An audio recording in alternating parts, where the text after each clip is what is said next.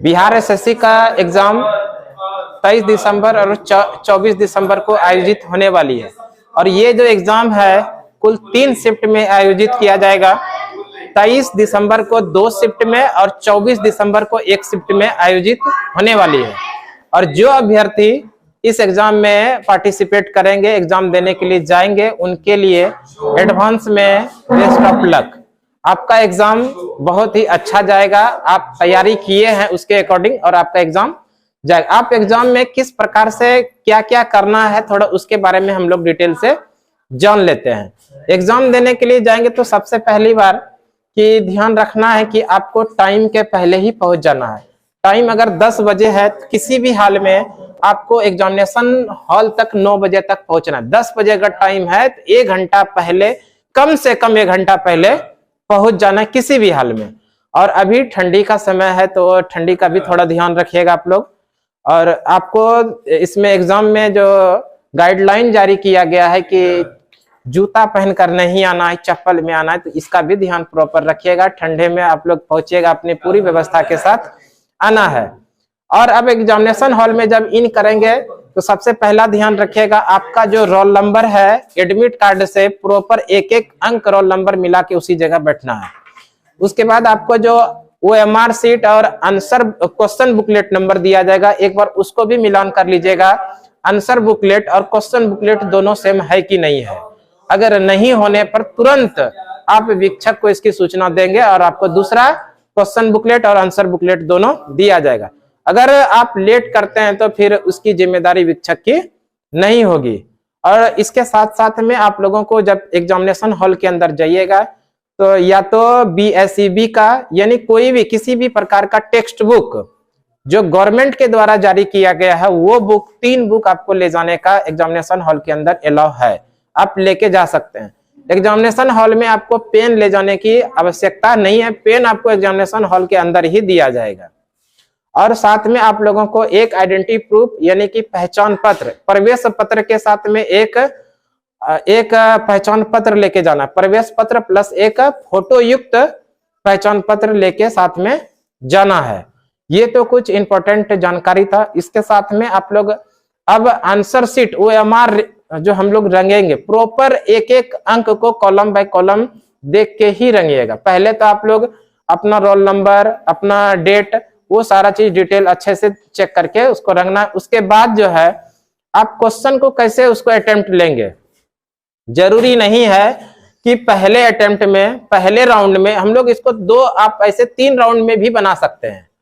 3 round में बना सकते हैं। पहले राउंड में आप उसी क्वेश्चन का सिलेक्शन कीजिएगा जो आप 100% जानते हैं। 100% मतलब कि उसमें कहीं कोई डाउट नहीं है, पहले राउंड में बना लीजिएगा। सेकेंड राउंड में थोड़ा बहुत जिसमें कंफ्यूजन था उस क्वेश्चन को आप लोग सेकेंड राउंड में बनाइए। और तीसरे राउंड में जो आप लोग बनाइएगा जिसमें कि आपको लगे कि इसको हम कुछ नहीं जानते थे फिर भी ये आंसर सही है, यानी कि आप तुक्का जिसको बोलते हैं, वो ज्यादा अटेम्प्ट नहीं लेना है। उसको थर्ड राउंड में देख लीजिएगा कि आपका स्कोर कितना है। पहले राउंड में जितना बनाने के बाद एक बार काउंट जरूर कीजिएगा कि हमारा अटेम्प्ट अभी तक कितना है। और सेकेंड राउंड के बाद थर्ड अटेम्प्ट जो लीजिएगा आप देख लीजिएगा कि 100 अगर हमारा टप गया है, यानी कि 100 मेरा स्कोर हो गया है, 100 क्वेश्चन को आप अच्छे से बना दिए हैं, तो अटेम्प्ट जो लीजिएगा तुक्का न के ही बराबर प्रयास कीजिएगा कि ले, है ना, एकदम नहीं लेना है। जो आप जानते हैं सेटिस्फाइड वही बनाना है, क्योंकि इसमें निगेटिव मार्किंग का भी प्रावधान है, 1/4 नेगेटिव मार्किंग, इस बात का ध्यान रखिएगा। और पहले राउंड में वही क्वेश्चन को बनाइएगा जो आप 100% जानते हैं। और इसमें सबसे पहले प्रयास कीजिएगा कि मैथ और रीजनिंग के पहले आप प्रयास कीजिएगा जीके वाला पोर्शन बना लें। होता क्या है कि मैथ रीजनिंग के बनाने के चक्कर में जीके और साइंस और करंट अफेयर्स वाला जो पार्ट है उसमें कुछ ना कुछ छूट जाता है। इस चीज को ध्यान रखिएगा। तो आप उस पर भी प्रॉपर रूप से फोकस कीजिएगा कि मेरा टाइम क्या हो रहा है, और टाइम को भी मैनेज करके साथ में चलना है। ऐसा नहीं कि मैथ में हम लोग बहुत ज्यादा टाइम दे दिए और रीजनिंग में आपको टाइम ही नहीं मिला। रीजनिंग में अगर प्रयास कीजिएगा तो आपका बनेगा भी। आप स्कोर जो करेंगे कम से कम, अगर आप जान रहे हैं तो उसको 100 प्लस अगर स्कोर कर देंगे तो हम समझते हैं मेरे अकॉर्डिंग कि आप सेफ जोन में हो सकते हैं। अगर मान लीजिए अगर इसमें जो प्रश्न आपको दिया जाएगा 50 क्वेश्चन रीजनिंग का दिया जाएगा, 50 क्वेश्चन रीजनिंग में जो दिया जाएगा, इस 50 में से 30 प्रश्न बिल्कुल ही सबसे बनने लायक होता है। 30 प्रश्न सबसे बनने लायक होता है, 30 प्रश्न। अब मान लीजिए 30 के बाद 10 क्वेश्चन जो दिया जाता है वो थोड़ा सा डिफिकल्टी दिया जाता है, थोड़ा सा डिफिकल्ट। तो अगर आप 40 प्रश्न को भी आसानी से रीजनिंग में सॉल्व कर देते हैं तो अच्छा है। और मैथ की बात कर लें, मैथ आपको 25 क्वेश्चन इसमें दिया जाता है। और अगर मैथ में आप लोग 15 क्वेश्चन 15 से 18 के बीच भी कर लेते हैं तो बहुत अच्छी बात है। 18 को ही लेके चलिए, मैथ की बात कर रही है। उसके बाद साइंस की बात करें, साइंस में भी 25 क्वेश्चन दिया जाता है। 25 में से अगर आप 18 भी कर लेते हैं, 18 से 20 निश्चित रूप से आप कर ही लेंगे अगर तैयारी है उस रूप से, तो 18 से 20 के बीच में स्कोर आपका निश्चित रूप से होना चाहिए। और उसके बाद अगर आप लोग जीके जीएस की बात करें, जीके जीएस जिसमें कि हिस्ट्री, ज्योग्राफी, पॉलिटी और उसके साथ साथ में समसामयिकी, घटना चक्र, करंट अफेयर्स पूछा जाता है। इसके लिए आपको जो प्रश्न दिया जाता है इसमें 50 प्रश्न दिया जाएगा। और इस 50 प्रश्न में आप किसी भी तरह करेंगे तो 30 से 35 अगर आप लोग कर लेते हैं तो ये स्कोर आपका निश्चित रूप से, आप टोटल कितना हो गया, 8 5 13, 4 5 5 2 7 7 3 10, 10 और 1 11, 113। ये अगर इतना आप करते हैं, थोड़ा सा और इसमें आप लोग अगर थोड़ा सा मेहनत कर लेंगे, यानी कि थोड़ा सा आप अपने आप को टाइम को बचा लेंगे तो इस रीजनिंग को आप 40 के बदले 42 भी कर सकते हैं।